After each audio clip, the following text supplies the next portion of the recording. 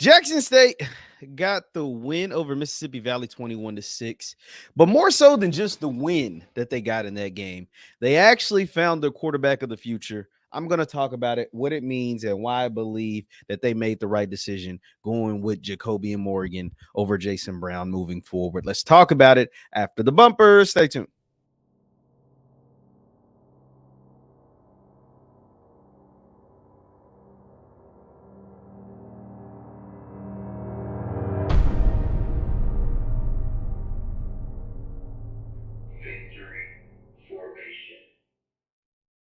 What is going on, everybody? What is going on, everybody? My name is JeffLightsyJr. This is the Victor Formation Sports Show right here on JeffLightsYjr. YouTube, Facebook, wherever you get your content. Do me a favor, hit that thumbs up button, like, share, subscribe, and notification bell because we upload all the time. Now, Jackson State had been struggling. This is the most resistance they've had in a season in a few years. And so people are taking the shots. I mean, people across the country are taking the shots for whatever reason. They're weirdos. But I get it. Like, if you're a SWAC opponent, if you're a SWAC fan, if you root for another school, whether that's FAMU, I see a lot of the FAMU shots, Southern, even though they beat you, Southern or whoever, taking the shots at JSU, trying to kick them while they're down.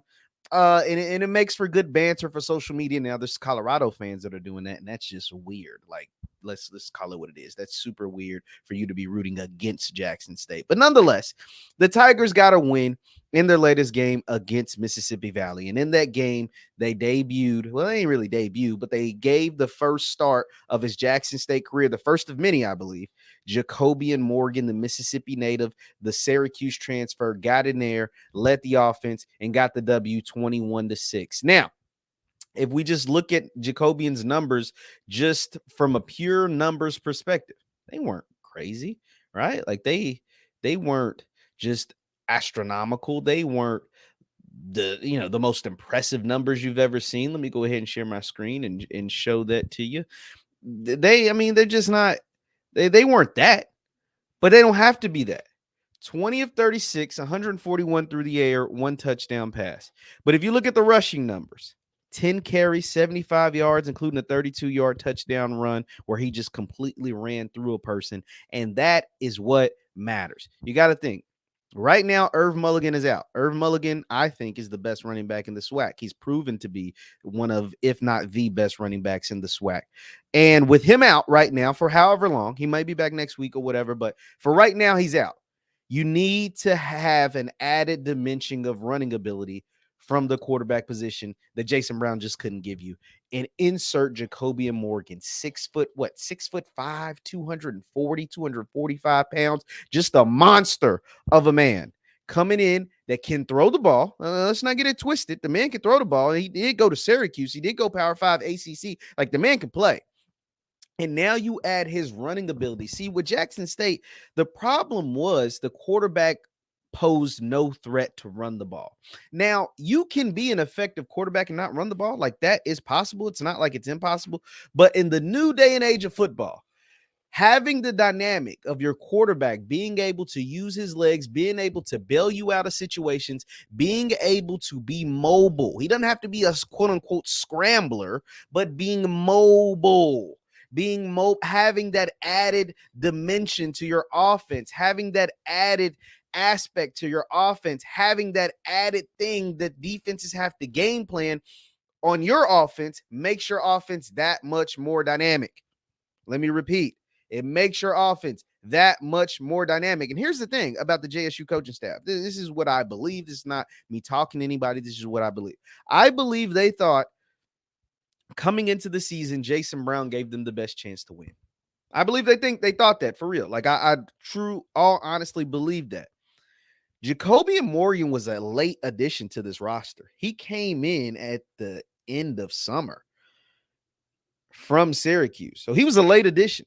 So Jason Brown, who was there all spring, Jason Brown, who was a quarterback commit, been with this coaching staff all spring and all summer, was getting to know the receivers, getting to know everybody, getting to know the foundation. He had a better grasp of the offense. And this is a dude that's playing in the 6th, 7th year of college football. He had a better grasp of the offense. But I think that the talent of Jacobian Morgan was undeniable. I think the talent of Jacobian Morgan was undeniable, and it just took up until this point to get him caught up to the offense. It took him until this point to get familiar with the offense and get comfortable enough to start him in the game. And you add the fact that Irv Mulligan is now out for now, or was out, especially during this game. You needed to have extra juice in the run game outside of just the running backs. Insert Jacobian Morgan, insert that extra juice, those 75 yards and a rushing touchdown, and you get a 21-6 win. Now, there are places for him to improve. 20 completions isn't bad. 141 yards on 20 completions isn't great. Let's just call it what it is. It just isn't great. And it's not for the lack of arm strength. His mechanics are a little weird. For him to be so tall, he delivers the ball from right here. Like, let me make sure you guys can see it. He delivers the ball. He doesn't really have an overarching throw. He kind of delivers with a flick of the wrist from right here. He's super tall, so it's already kind of high. You would love to see him extend his arm a little more when he throws the ball. But I think his timing with the receivers comes just from having more time with the first team. I think his timing and his rhythm and his passing yardage and his passing ability will become greater just with more time. They're also incorporating other receivers. Mr. Jones Fortaline caught a touchdown. 6'5" sophomore out of Orlando. That's a big time weapon to add to your repertoire to go with the big time 6'5" quarterback. That's huge. To debut that against Valley, that was good stuff. That was something a lot of us didn't expect to see. I didn't expect to see it. And then another thing, what Jackson State understands is that their defense is okay. Like, their defense is pretty good. This defense had 8 sacks. This defense, John Huggins alone had 2 interceptions. This defense can play. Your best chance to win with this defense, if you can run the ball, make some explosive plays, but most importantly, is not turn the ball over. Let me repeat, not turn the ball over. That is an issue Jackson State has been having this season. They had a few fumbles in this game. I think they lost one, but they fumbled it 2 or 3 times. The game before, they lost 3 fumbles. They have to hold on to the freaking ball. It's going to be hard. Like, this game with Valley was so much more tougher than it probably should have been if you just hold on to the ball. This game with Valley could have been a bigger blowout if you just don't turn the ball over. The same with Bama State. You have a chance. You probably have a way better chance of winning the game if you don't turn the ball over. And I think adding Jacobian Morgan is their version of trying to not turn the ball over. Why? Because you're going to run the ball even more with that type of athlete at quarterback. They're still going to try to hit their explosive plays to Seven McGee, to Fabian McCray, to Duke Miller, to these different guys.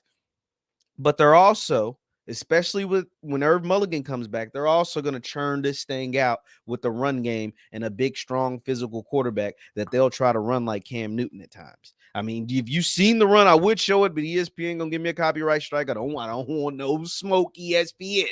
I don't want no smoke ESPN. But if you've seen that run, Mr. Jacobian Morgan had against Mississippi Valley, when the young man, bless his heart, that young man has a family. When the young man tried to make a tackle, him open space one-on-one, you and a 6'5", 245-pound quarterback. You can imagine how that went.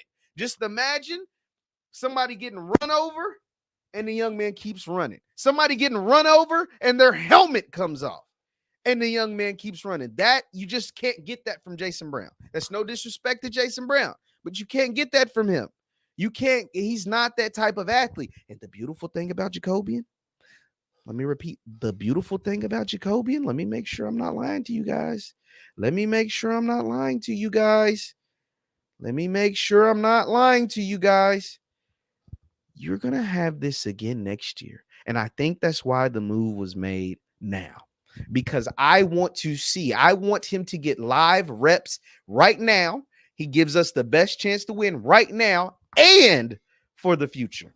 Jacobian is listed as a redshirt junior. We all know if you're a redshirt junior, that means you played 2020, 2021, 2022, and this is your 4th season in 2023. But we know what happened in 2020. Everybody got a free year. And so Jacobian technically has 2 years of eligibility left after this season. You get him the live game reps now. The same live game reps he got at Syracuse. You teach him your system now. And so, therefore, by next season, he can come in as one of the better quarterbacks in the SWAC. Maybe by the end of this season, he can prove himself as one of the better quarterbacks in the SWAC. You continue to recruit at the level that you've been able to recruit at, right? With the transfer portal and high school recruits, because your high school recruits are studs, by the way. Ahmad Miller, Isaiah Spencer, those guys can play.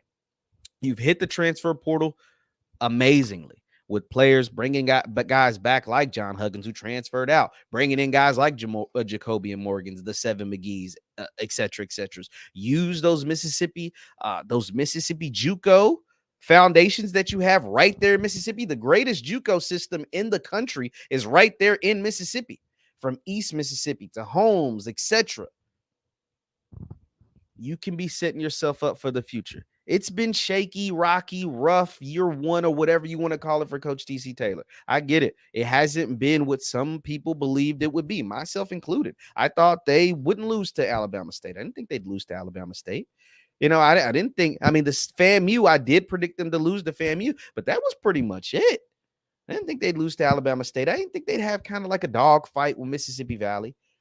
But to prevent those type of things and to get back into your winning ways, which you did this Saturday, I think Jacobian Morgan is the way to go. And I think what you're going to see, this Jacobian Morgan experience the rest of the year, is setting an amazing, amazing, amazing foundation for 2023, the rest of the year, and for 2024 to get back in the thick of things when it comes to competing for a SWAC championship and ultimately a Celebration Bowl title.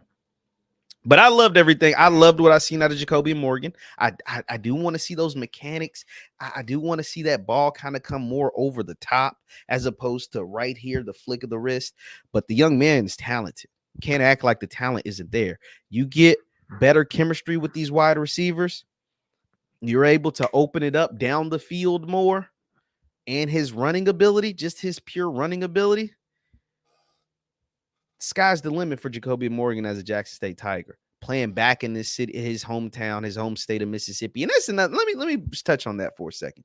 You know, I am a big proponent of young men who are from a state, who's from a place, going to play for that state, and the pride that they take playing in front of their friends and family and fans. The pride that it goes into being from Mississippi, playing for Jackson State, whether it's at Jackson State. This game was in Itta-Bena. All the JSU fans that traveled to Itta-Bena to see their team play. Jacobian Morgan's dad was in the building, and I don't think he thought that he would be there in a moment that was caught on tape by my guy Austin and Ken Clark. Shout out to Austin and Ken Clark. That was that type of stuff you can't pay for, man. That type of stuff is the movie script, the dope things that happen in sports that are just amazing. So shout out to Jacobian Morgan and his family for having that moment together after getting his first win as a starter as the start QB1 of Jackson State. But Jacobian Morgan, it's a name for SWAC people to keep an eye out on. He is someone that one of my buddies from Jackson State has been telling me he thought he's going to be starter from day one, but nonetheless, he's the starter now. And this could be a good run that he has there at JSU. Leave your thoughts in the comments down below. Jacobian Morgan leads JSU to a 21-6 victory over Mississippi Valley State. My name is JeffLightsyJr. This is the Victor Formation Sports Show right here on JeffLightsYjr. YouTube, Facebook, wherever you get your content. Do me a favor, hit that thumbs up button, like, share, subscribe. Also, you can follow me on Instagram and Twitter at JLightsy7. That is on Instagram and Twitter at JLightsy7. I'll see you guys next time. Peace.